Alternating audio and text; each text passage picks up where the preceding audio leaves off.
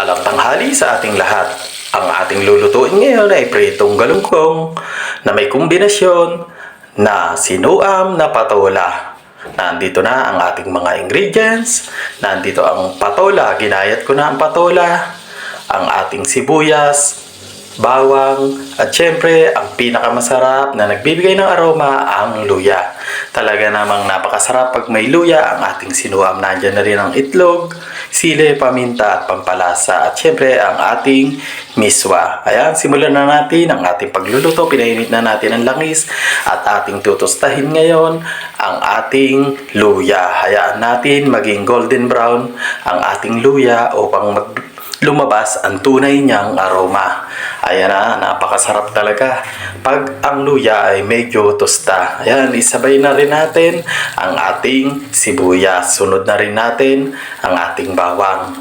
Ayan, kumpleto na po ang ating paggigisa para sa napakasarap na patola na sinuam. Ang tawag po dito sa Laguna ay sinuam na patola. Ayan, nag-i-exhibition pa si Boknoy Palaboy sa kanyang kakaibang luto na talaga namang mura na, panalo sa budget, at talaga namang masustansya, ay, nagpakitang gilas pa naman talaga si Boknoy Palaboy at talaga namang tumatahip pa ng kawali. Talaga namang master chef ang datingan ni Boknoy Palaboy. Kaya ayan, hintayin po nating maluto ang gulay.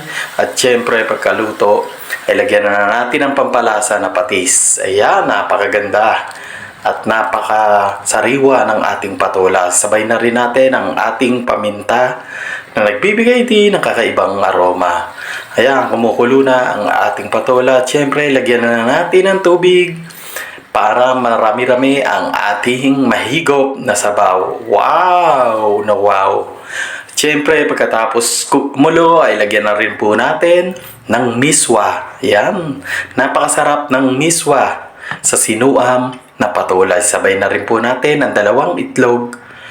Ayan, at haluin natin. At ayan na, ang napakasarap, malasa, murang-mura, ulam ng masa, ang sinuam na patola at may kombinasyon na galunggong. Kaya mga kapod lovers, kabuknoy, tara na! Kumain na tayo ng masarap na sinuam na patola at ang kombinasyon na galunggong. Tara na!